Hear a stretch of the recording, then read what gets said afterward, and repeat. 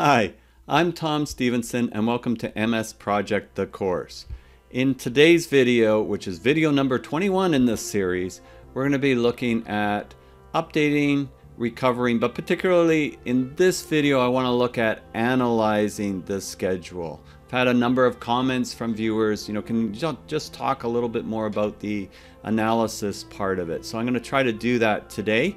And if you're new to this particular series or you're new to my channel, I'm a professor of construction management, and on this channel we talk about all things construction. I have a number of different playlists that have different topical areas, and this is in the MS Project the Course playlist, where I actually have links that you can download the file if you wish to follow along from a Google Drive account. So you can look at the description down below and you can download one of this start point file that you see at the side of me, and you can follow along, or you can just watch and see what you take from it. So this is just, and if you've been watching previous videos, I've been sort of showing this particular project a number of times, as well as the office remodel project we've been looking at. And so I haven't set the baseline yet on this, and if you haven't looked at the other videos on updating and recovering, you might want to go back to them. Check in my description. I've got a listing there. You can go back and you can take a look at that. But for now, take this all in and we'll see where it takes you, and depends where your level is. All right, so I'm going to click on the square icon box. I'm going to go to the variant screen. That's the way I like to switch screens. So variants. And you can see here, I have not set the baseline. And remember, a baseline, once you've developed the schedule, is going to take a snapshot so that when you make changes to things, you can see what the variances, the changes are. And so that's what we want to do. So the first thing I'm going to do is I'm going to go up to Project. I'm going to go to Set Baseline and click on Set Baseline. And I'm going to leave the default Set Baseline for the entire project. And it's just going to copy all of these, paste them there, copy all of these, and paste them there. And so there you go. Now we've got our baseline set, and I'm just going to do a file save as. So right, now that we have the file saved, what I want to do is, I've already put in a status date fairly long in the project. I want to create a little bit of a delay. Again, in my other videos, I go through the whole updating and file naming protocols aspect, but for now, just as a quick review, I'm going to update this up to this status date line. And so the status date I picked is July 22nd, 2024. Once you've selected that under the project tab, you can, in the blank area of your screen, right click grid lines, right? And pull this down and you'll see status date, and you can put in a solid line and you can put in the color, and when you click OK, that line will appear. So you may not see it on your screen if you haven't inserted it, but that's how you make that line appear, the status date line. Always nice to see that. And so I'm going to create a little bit of a delay. And now what I've done is I've inserted my duration column in the variant screen. And so I usually like to have the duration column in the variant screen, and I like to have it in the tracking screen. And so it's not here in the tracking screen. I can easily put that in the tracking screen if I want to by essentially inserting a column called duration. All right, typing D for duration and selecting it there. Okay, and so now I've got that in that location for the actual project, so I can make adjustments if I wanted to here. Now, I'm going to just change a couple of things here just to delay things a little bit. So maybe I'm going to say this took 36 days to complete. And so that's pushing it out because it's on the critical path, as we've discussed in previous videos. And so the critical path is the longest path through the project. I'm going to just click here and update everything. So I'm just going to, because I'm creating this delay, I want it to ripple through the project. And I'm going to go to my task tab up here, and I'm going to go mark on track. And so that marks everything up to my status date as complete, which is what I wanted to do here, right? I want to mark everything up to date to the status date. Now it won't mark anything past the status date as complete. Like you notice that None of the stuff down here is marked as complete. That's the nice thing. When you put in a status date and you create a delay, it will show that.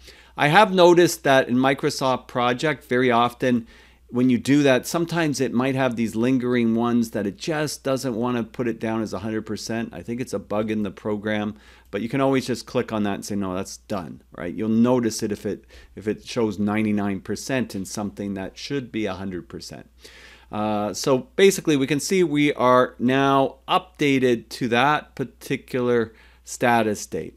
All right, that's fine. What does that mean for us? What does it mean as far as how the project is going? Because you never really fully comprehend what's going on when you're putting actual starts and finishes, other than, you know, when you make something longer and you say it's done, or you say that this is what happened, you know, if it's critical, it's pushed out the project. So I do know that this was a critical activity that we actually lengthened the time on.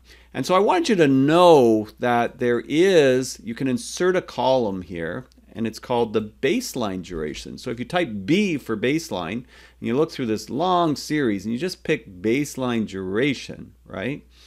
You can see that, oh, the original baseline was 30 days. This is 36. It was on the critical path, so I really don't need to look at the variance screen to know that this project should show as being delayed 6 days. So if I actually go to the variance screen and I pull this bar to the right, it tells me that the project is 6 days delayed, and I can see it right there.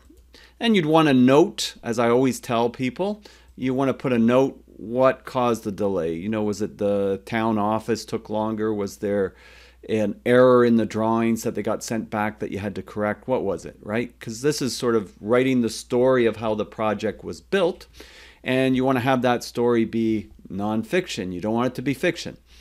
There is another screen just reviewing as well that we can go to. So if you slide to the left, right click, and you go to the tracking Gantt. So this is how I like to switch screens. Slide to the left, right click, and that gives you a list of different sheets and tables to look at, just as clicking the square icon box and right clicking gives you a different series of tables. So they're not all shown in one spot. So in this case, I'm going to the left over here and I'm picking tracking Gantt.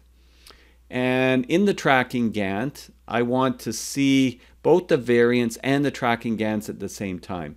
So to quickly bring this up on your screen, I could scroll to where the stuff is happening back in April, like this apply for permits, but the easy thing to do is just click scroll to task under the task tab here.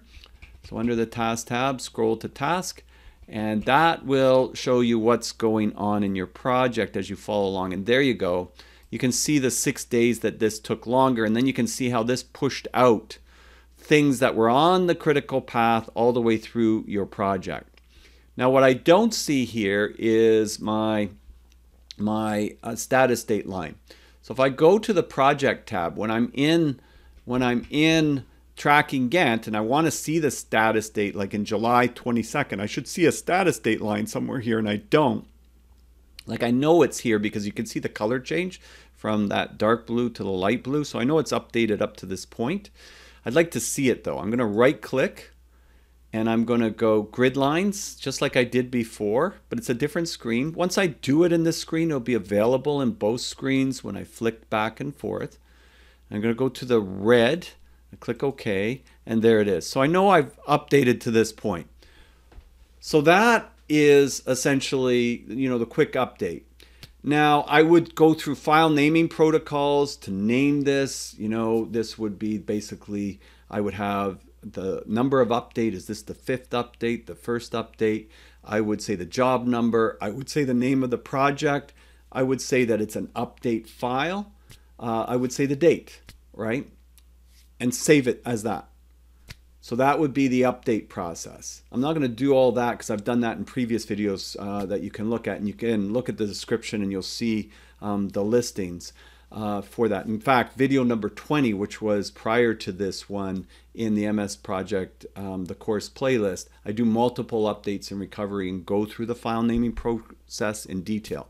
For this, I want to focus a little bit more on the aspect of analyzing, well, number one, in this case, like I said, you want to put a note, why were we 6 days delayed? So what's going on here? What exactly is causing this delay? So, just thinking about it in terms of, that bottom bar represents where we were supposed to be, right? And the top bar represents what's changed. And in this case, what's happened because we said it's done. And so really, why was this delayed? Now, you don't have to do these lines and boxes, but sometimes it's helpful to visualize, especially when you get into things that are a little bit more complicated, that you're trying to do an analysis of what happened. So, if this was design correction required by building department, right? At least you've got it there. And so that might give you some relief if we're doing delay analysis to say, okay, well, this was the owner's consultant and there was an error in the permit process. And so then this delayed us by 6 days. So we want an extension by 6 days. That would be giving you some information in that way. Now, the other thing that you need to consider is if this is a cost-loaded schedule, and this is where I'm going to separate a little bit from MS Project. I'm going to just say, in general, you should know what it costs you to run your project every day. How much does it cost you to run your projects every day? And if you have that sort of knowledge base, then it helps you when things get delayed to understand this is costing us some money or this is not costing us some money. And you have to make those kind of decisions on that, and then you can make claims for relief and hopefully get them signed off as a change order. In this particular case, if I slide to the left and I right click and I go to the resource sheet, you'll see that there is a variance. There's $2,400 variance in the project manager and the site super. This is in the resource sheet. I'm in the cost screen because normally you're in the entry screen. And so basically we've got $100 an hour that's being incurred, all right? So we've got $100 an hour that's being incurred. And if I click here and I look at the costs, then I get to see, okay, so there's $2,400. How does it come up with $2,400? Well, there's 6 days that we're late. There's 8 hours in a day. So 8 hours is $800 times 6 days. That's $4,800. Huh? Why is it $2,400? So you ask the question, why? And you go slide to the left, right? And you go back to the Gantt chart. And you maybe check under pre-construction, because this happened under pre-construction. You go to your resource and you say, assign resources, what's going on? Oh, we assigned the project manager 50% and the site super 50%, meaning 50% of their time is devoted to pre-construction. Maybe the other 50% is on another project, right? So they're just gearing up. So they're still finishing off another project. 50% is on this. Well, if this takes 6 days longer, the question you got to ask is that going to increase their costs by essentially, instead of 6 days, 3 days, because they're only there half the time, right? And so that's where that money comes from. So it's understanding your costs per day and what potential relief you can get. So you're kind of analyzing it to really understand what extra this is going to cost.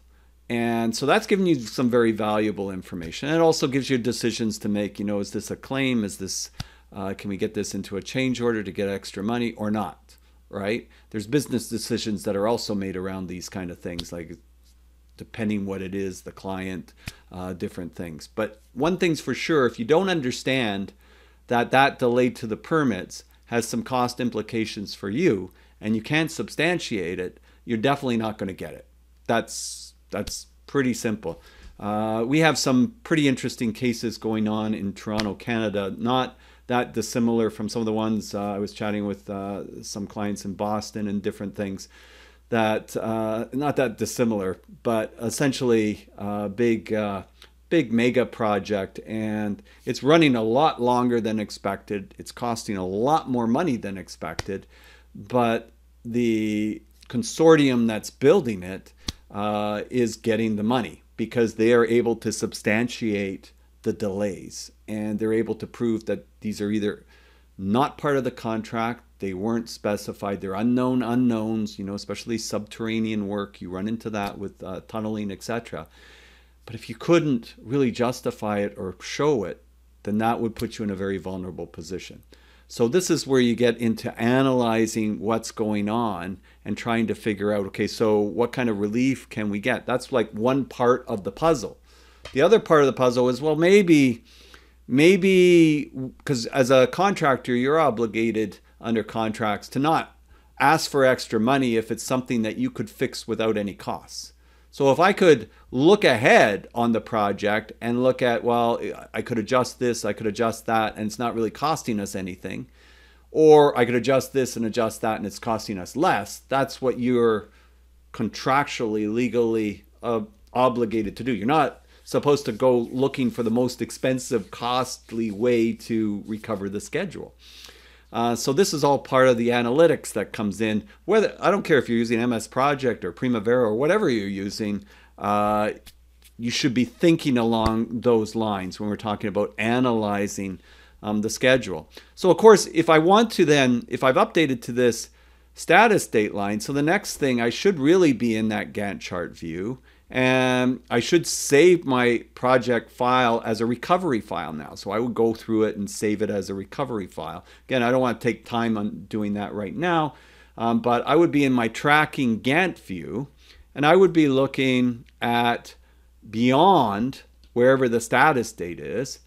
And now I'm trying to do a little bit different analysis. I'm trying to look at, well, how do I get the time back? What do I have to do to get the time back? Right? So I'm looking at beyond the status date, like how do I recover this particular time frame?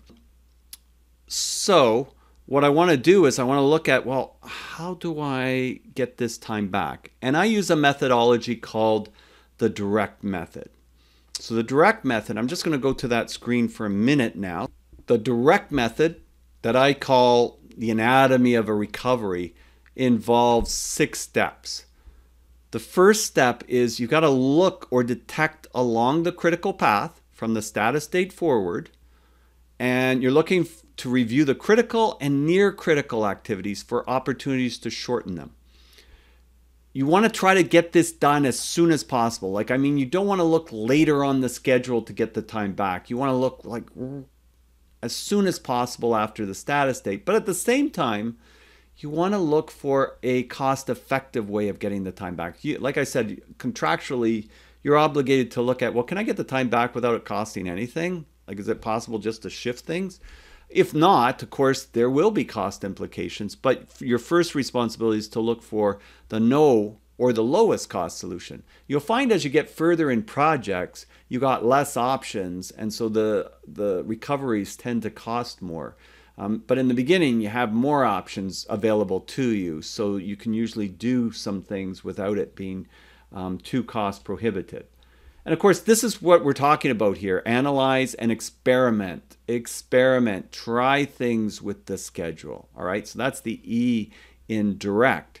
And really communicate and get commitments of the people that you need to get to do something. If you don't have that, then it's not going to work. So schedule software like MS Project, like Primavera, it's a tool. This is a problem I'm having, trying to get that across to people. It doesn't solve your problem. You've got to solve the technical aspects, but it is a nice tool to help you in that. But you've got to do a bunch of things to make it work and make it be reasonable. So you got to get the commitment of the people that you are trying to shorten activities for. Like if you want to have somebody work on the weekend and they don't want to work on the weekend, it's not a very good plan, or they don't have no intention of working on the weekend, it won't work. On the other hand, if they came up with the idea of working on the weekend and you look at it and this makes a lot of sense, it's a good idea. And you can test it and see how does that work. And then, of course, if you do this, you've got a framework to follow. Anytime you have a framework, a process, a system, a standard operating procedure for doing things, it makes it a lot easier to do. So this is the anatomy of recovery that makes it a lot easier for you to do these kind of steps. And so I just want you to remember that, D-I-R-E-C-T, and what each one stands for. So if we're doing the direct method of a recovery, I'm going to be looking along this path through here. And I'm going to be looking for where can I make some savings. And so I'm looking along here, and I'm not really seeing anything. So the way the critical path is falling through, it's basically falling through here. And so I've got to, or through here, I've got to look along through here to get the time savings in. But I don't want to, like I said, I don't want to go down miles and like over here and start saving time, right? I could easily say, okay, yeah, maybe we could shorten the authorities having jurisdiction sign off to 2 days. You know, maybe I could get the commissioning set up and say, I don't want to take time off there, because when you get down here, something's going to happen. You better have some activities that have a little bit of float in them or flexibility in them. If it's on the critical path, it won't technically have float, but it's got a little bit of a buffer in it that you got some flexibility. If you take every little last grain of buffer out of things further in the project, you won't be able to fix it because you're stuck. You've already taken from that process. So I'm going to go back up here, and I'm going to just go here, scroll to tasks, bring it up on my screen. And so I just want to look along here, and I want to go to my, usually when I'm in the tracking screen, I want to be in the variance screen, and I'm recovering time. That makes it a lot easier for me to sort of decide what I want to do and where I want to do it. So in a case like this, you know, drain, rough in and connections, water supply, maybe I'm thinking that I could pull this back a little bit.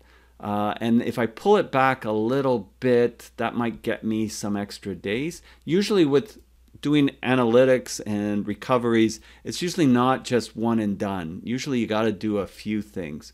So I'm thinking that maybe my plumbing and drain crews, I'll talk to the plumbing company and see if they can bring in an extra crew, because one's going to be working on the drains, the other's with the water supply. And is it possible to bring back the water supply roughing connection? I can't bring it back too far without this becoming critical. So let's see, if I put this back 3 days, let's see what happens, right? So it did bring that back, but it did bring that back 3 days. This did become critical, right? So this did become critical now. Let me just undo that. Control Z. So there we are, and I think that's what happened. Let's double check on that. So, or did it quite make it? Let's see if, could I get 4 days? Let's see what happens if I get 4 days. Does it give me 4? 4 days. Okay, so it pulled that back, and it gave me 4 days here, but it's only giving me 2 days there. See? So it's not enough. Even the 3 days, when I look at that, and this is the experimenting part. See, you want to experiment it. Let's go 3 days. They'll change this to 3 days, right? But this is still staying 4 days. So that's not really helping me. That's why that's blue. This turned red, right? So really, I should only try and get 2 days. It should stay red, and it will get me those 2 days. So let's try that. It'll stay at 4 when I put this to 2. And this should then stay red along with that. So let's see. We'll probably have 2 critical paths there. So now we've got 2 critical paths, right? But that did save me 2 days. So that's good. That's part of my experimenting. So I've got 2 days. I would put a note explaining what I've got to do so I remember it, because you don't remember this stuff. Making sure that, you know, discuss with plumbing sub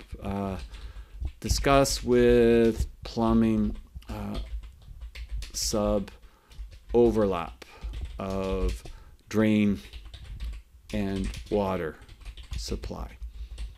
Ideally, you talk to them ahead of time, or ideally, you even get the idea from them, right? And then they're really committed to it. All right, so that's 4 days. That's fine. So that's step 1. Let's look a little bit further. Is there other stuff that we can potentially do? You know, you could maybe back up the backfill one day behind these two. That's a possibility.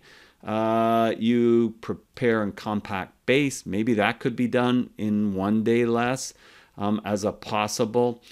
Frame exterior walls. Maybe you don't see that there's much that you could do with those ones here. Frame roof, so you don't see too much that you could do with those because of the complexity and the size of the framing crews. So maybe that's not such a great one. Maybe roofing is the same deal. Windows installed, we've got basic, and see how you're going along and you're trying to look for opportunities. Sometimes it's not so self-evident, sometimes it is. Sometimes maybe you could have the roofing going on while the windows are being installed. Maybe that's a possibility, right? And so if that's a possibility, then you might want to look at it. So you'd say basically, what do we got? We got the roofing, and then we've got the windows installed. And what's the roofing connected to? It's also connected to basically looks like signage. Let's see. So windows installed, and this is the experimentation. And you're going to look at that and you're going to say, okay, well, maybe we could bring that back 4 days. Is that possible? Does that help at all? Does that something else become critical? Oh, that brought us back, right? That brought us back the 4 days. So we were able to bring that back. This is still here. They're working on the windows from the inside. And the roof's overhanging, so it seems like it'd be safe as long as we have certain protections in place with the in and out from the front door or the front of the house of the roof being shingled. That's okay. Maybe not. Maybe we coordinate that they start on the front of the house or the front of the building. This is an administrative building in this case. And so that the front's done, they get a head start on that, and then people can go in and out of the front door, and that works. So these little coordinations, and you're seeing how that could work. And so now that brings you back on track. Now, is there any extra costs involved in these two items, right? So maybe the other issue with the building permit becomes not as big an issue from that perspective. Now, some contractors say, well, I'm taking away any flexibility in float, so I still want extra for the other issue. Well, that may or may not be logical, possible, or feasible. There's different options in different situations. But as I said, for sure, you can't do anything if you can't prove it. And for sure, this is helping you just to think through the process. What's going on? What are we trying to accomplish here? And so if I slide again to the left and I go back to my resource sheet, I could look at, look at this. There's actually savings in this. How is it that there's possible savings? We're actually ahead on money doing this. How is that possible? Well, this is the difference between variable costs and fixed costs. So this is your site super and your laborers. And so project manager is no different. So I suspect the project manager is not 100% on this project, probably 50% on the construction. But I think now the site super cost has gone up. So let's go back to the Gantt chart, take a look. What in the construction, we're under the construction heading over here. And I go to resource and I go to assign resources, right?